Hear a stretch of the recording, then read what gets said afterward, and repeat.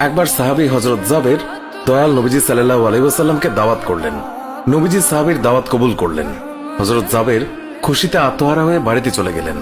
বাড়িতে গিয়ে স্ত্রীকে খোঁজ খবরটা দিলেন আর মেহমানদারির জন্য প্রস্তুতি নিতে লাগলেন।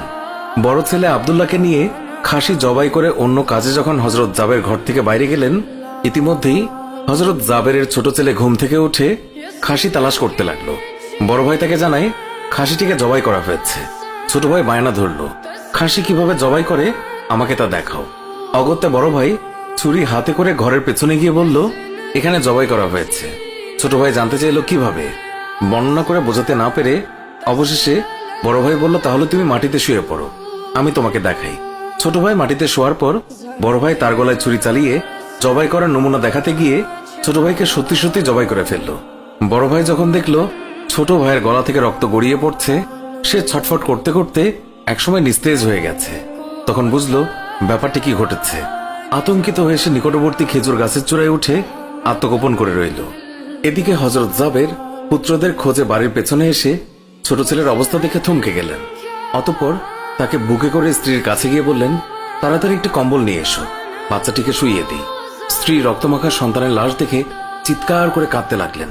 কিন্তু স্বামী হযরত জাবের তাকে সান্ত্বনা দিয়ে বললেন, আজ আমাদের শোক প্রকাশ করার দিন নয়, আজ দুঃখ দেখলে নবীজিও দুঃখিত হবেন। অতএব ধৈর্য ধারণ করো, কষ্ট করে হলেও মুখে হাসি ফুটিয়ে তোলো।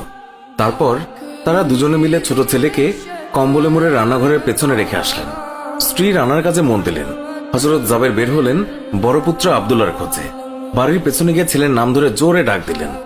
গাছের উপর আত্মগোপন করে বড় ছেলে সব ঘটনা প্রত্যক্ষ করছিল আর ভয়ে কাঁপছিল। পিতার ডাক শুনে ভাবল, এখন পালাতে না পারলে আব্বার হাতে ধরা পড়তে হবে। ধরা পড়লে আর রক্ষা থাকবে না। পালানোর উদ্দেশ্যে গাছ থেকে লাফিয়ে পড়ে আঘাতপ্রাপ্ত হয়ে সেও মৃত্যুর কোলে ঢলে পড়ল। পিতা কাছে গিয়ে দেখেন আব্দুল্লাহর দেহে প্রাণের স্পন্দন নেই। বড় ছেলেকে কোলে তুলে তিনি বাড়ির ভেতরে আসলেন। স্ত্রীকে বললেন আরেকটি কম্বল নিয়ে আসার জন্য। বড় ছেলের এই অবস্থা দেখে দরদিমা পুনরায় আর্তনাদ করে উঠলেন। স্বামী তাকে পুনরায় সান্ত্বনা দিয়ে বললেন, ধৈর্য ধরো, আজ আমাদের দুঃখ প্রকাশের দিন নয়, আজ আমাদের পরম আনন্দের দিন। দয়াল নবীজি অল্প কিছুক্ষণের মধ্যেই আমাদের ঘরে তাশরিফ রাখবেন। তারপর দুজনে মিলে বড় ছেলের লাশও কম্বলে মুড়ে ছোট ছেলের লাশের পাশে রাখলেন। স্বামী স্ত্রী তাদের চোখের পানি মুছে মুখে হাসি ফুটিয়ে তুললেন। হযরত জাবের বাড়ির সামনে দাঁড়িয়ে নবীজির আগমনের অপেক্ষা করতে লাগলেন। অল্পক্ষণের মধ্যে নবীজিকে উটের পিঠে করে আসতে দেখা গেল। হযরত জাবের আনন্দে আত্মহারা হয়ে দৌড়ে গিয়ে স্ত্রীকে নবীজির আগমনের সংবাদ দিলেন এবং পুনরায় তিনি দৌড়ে নবীজির সামনে চলে এলেন। নবীজির উটের কাছে গিয়ে তাকে বাড়ি পর্যন্ত এগিয়ে আনলেন। নবীজি জাবেরের ঘরের সামনে উট থামিয়ে তার ডান পা মুবারক মাটিতে রাখলেন। বাম পা মুবারক এখনো নামাতে বাকি। এই সময় জিবরাইল আলাইহিস সালাম আল্লাহর পক্ষ থেকে নির্দেশ নিয়ে তিনি উৎসাহিত হয়ে বললেন, ইয়া রাসূলুল্লাহ, আল্লাহ আপনাকে জাবেরের ছেলেদের সঙ্গে নিয়ে খানা খেতে বলেছেন। অতঃপর নবীজি সাল্লাল্লাহু আলাইহি ওয়াসাল্লাম সাহাবায়ে কেরামকে নিয়ে জাবেরের ঘরে তাশরিফ রাখলেন। তাদের সামনে হযরত জাবের দস্তরখানা বিছিয়ে দিলেন। তার স্ত্রী খাবার বেড়ে দিলেন আর তিনি সেগুলো এনে মেহমানদের সামনে হাজির করলেন। তারপর তিনি নবীজিকে আরজ করলেন, ইয়া রাসূলুল্লাহ, দয়া করে খানা শুরু করুন। নবীজি বললেন, হে জাবের, তোমার ছেলেরা কোথায়? তাদেরকে ডাকো। হযরত জাবের বললেন, ইয়া হাবিবুল্লাহ, আপনি দয়া করে খেয়ে নিন, ছেলেদেরকে আমি পরে ডাকবো। আল্লাহর রাসূল পুনরায় বললেন, তোমার ছেলেদেরকে ডেকে নিয়ে এসো, তাদেরকে সাথে নিয়ে খানা খাবো।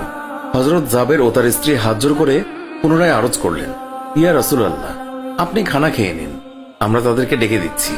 তখন নবীজি বললেন, হে জাবের, এই মাত্র জিবরাইল ফেরেশতা আমাকে আল্লাহর নির্দেশ জানিয়ে গেলেন আমি যেন তোমার ছেলেদের সঙ্গে নিয়ে খানা খাই।